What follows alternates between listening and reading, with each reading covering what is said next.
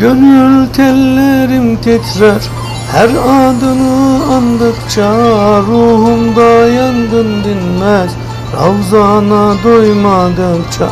Gözlerim yolda kalır izini aradıkça, kalbimde hicran büyür sesini duymadıkça. Seherler bana gurbet İsminle ağladıkça, ömrüme fecrin doğmaz aşkınla varmadıkça. Hasretin kor ateştir bağrımı dağladıkça, dermanım eksik kalır huzurdan ayrıldıkça.